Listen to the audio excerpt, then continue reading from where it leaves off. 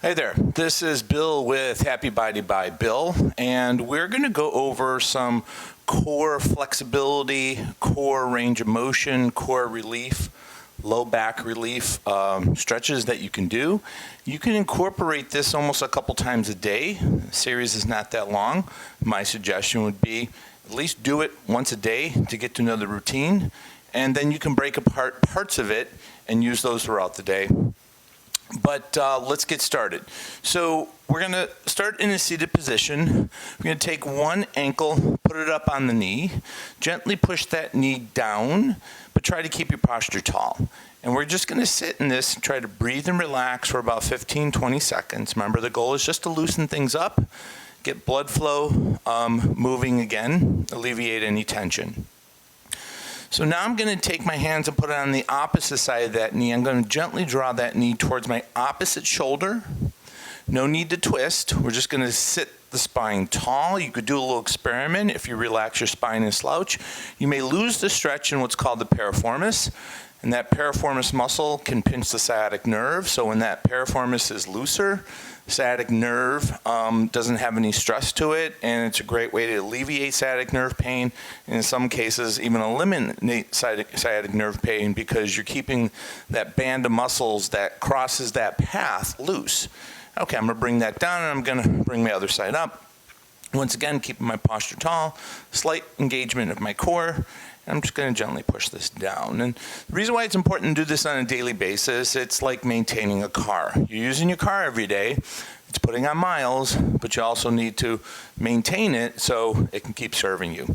I'm going to put both hands now behind the knee, gently draw that across. If you start to get a little cramp in this inner thigh, push it back down again to loosen that inner thigh and then bring it across only as far as you're not causing any pain or discomfort.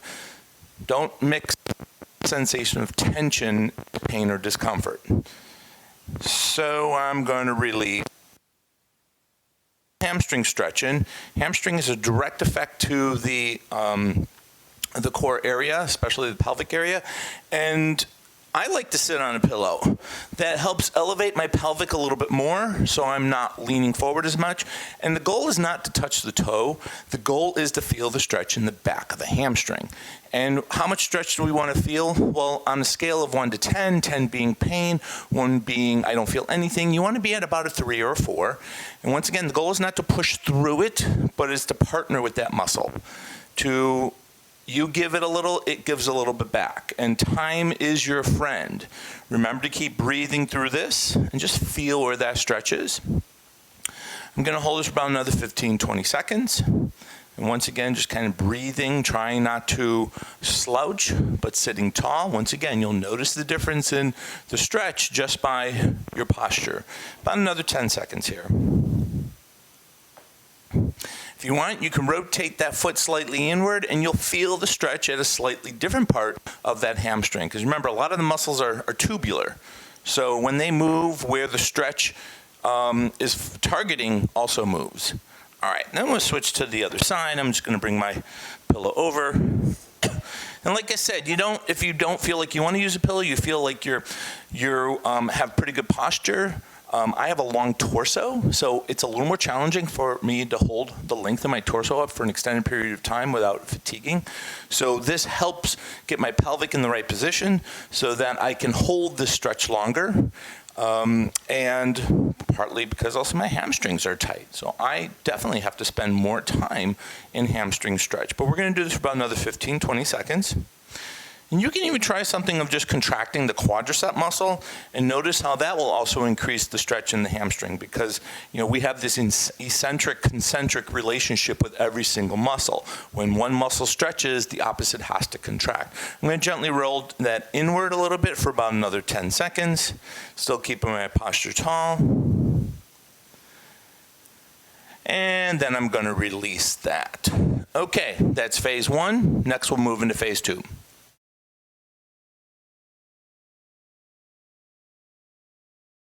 Okay, welcome back to Happy Body by Bill. We are still addressing core flexibility, back relief. We're going to now move into a laying down position. Keep your core tight when you lay down.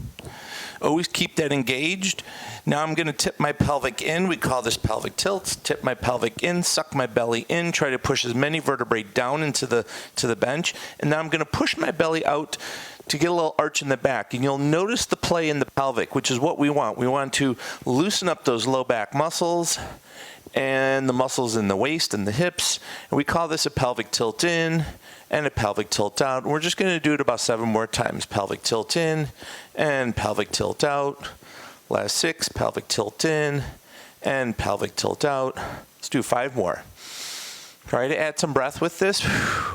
And last 4. Remember, the goal is to loosen up stiffness and tightness, not to create more. We'll do 2 more.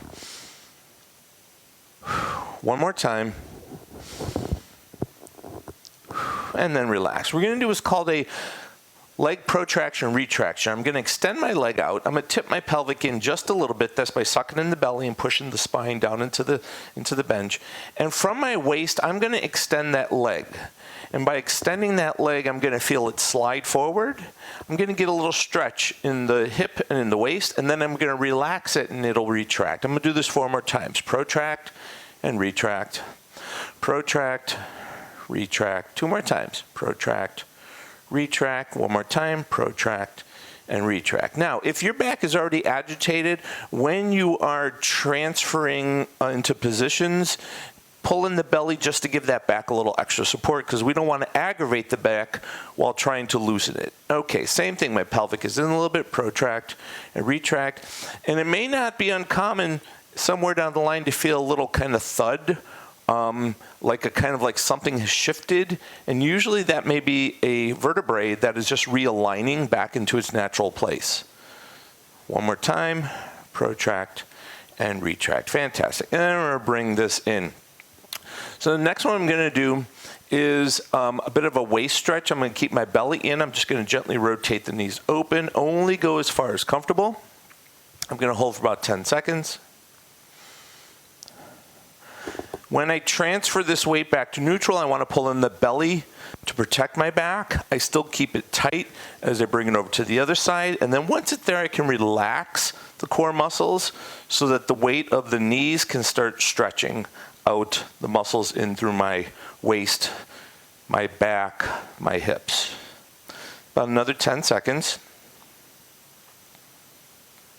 So once again, before I bring those knees back to neutral, I pull in my belly to protect my back. Remember, we're always protecting our back. Okay, so now we're going to do a simple low back stretch where we just bring both knees in. You can decide how much in you want. Now, when I did this little extra pull in, I felt one of my vertebrae just reset. Now, part of that may be because of all the other stretches I did prior to this one that kind of primed that pump, so that when I got to this one, that vertebrae was ready to realign. So there's no magic stretch for realignment, but the magic is in many movements and getting heat into that area. Okay, and then we're going to bring that down.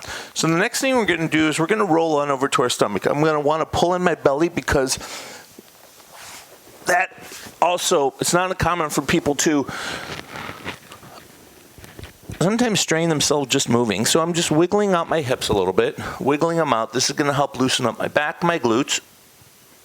Nice little wiggle from the top of my head down to the tips of my toes. Now I want to stretch out that abdomen a little bit. It's really important that I stretch out that abdomen, because when the abdomen is tight, it puts more strain on my back. It's harder for my back to erect my body if my abdomen is pulling down, and that's the reason why I allude to in my presentation about too much sit-ups just is not good. Okay, so we're going to tuck our elbows under. Relax the belly. Just gently draw your chin and your sternum forward and slightly up.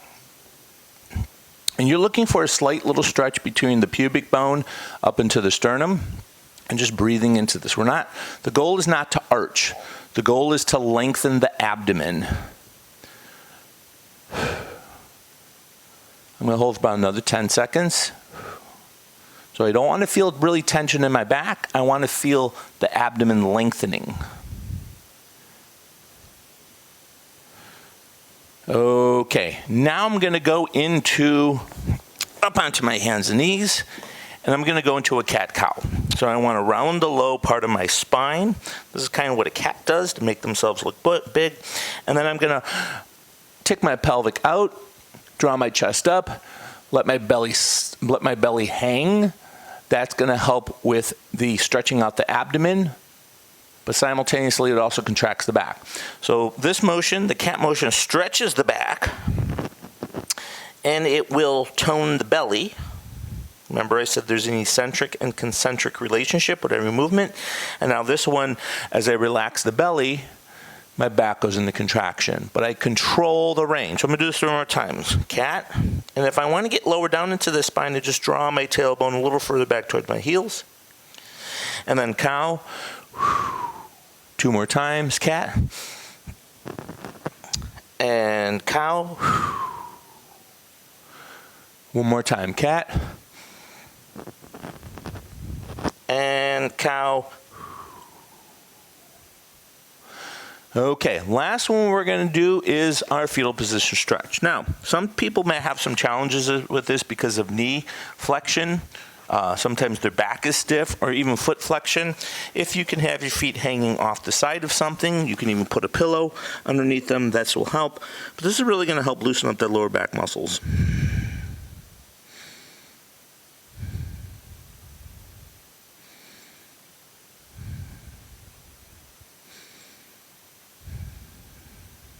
About another 10 seconds.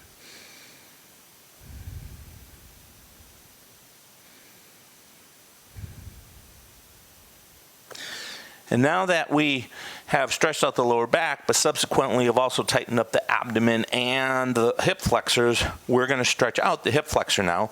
I'm going to put one knee, you can put it on a chair. I'm going to step forward, and I'm just going to open up this hip flexor a little bit. The key is to regain the posture, the best posture that I want. That's the reason why sitting for long periods of time is not good, because it bends our posture forward. It engages the hip flexor and the abdomen muscles, and we become bent over. So we need to undo that. I'm just getting that nice stretch. I'll do it from the side so you can see what a kind of a head-on looks like. It's like this. So the goal is that I'm stretching out the abdomen muscles, I'm stretching out the hip flexor muscles, because these are the muscles that when we bend over a lot, when we do sit-ups a lot, when we sit a lot, we shorten these muscles, and then they just naturally cause the body to want to bend forward. Okay, and then I'm gonna do the other side.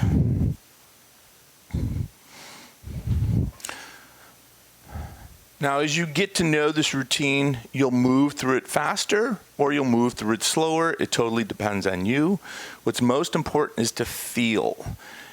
Create a library of movements and how they feel. And then you adjust degree of comfort or degree of tension based on what you're feeling.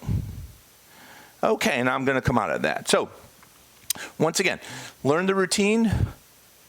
You can take bits and pieces of it and put together your own routine, but these are fundamental things that I'm hoping that past the age of 90 that you're able to do, because it's important. They're going to help with your posture. It's going to help with core flexion, core flexibility, and mobility. So thank you very much. And next we'll talk about core strengthening exercise. Thank you.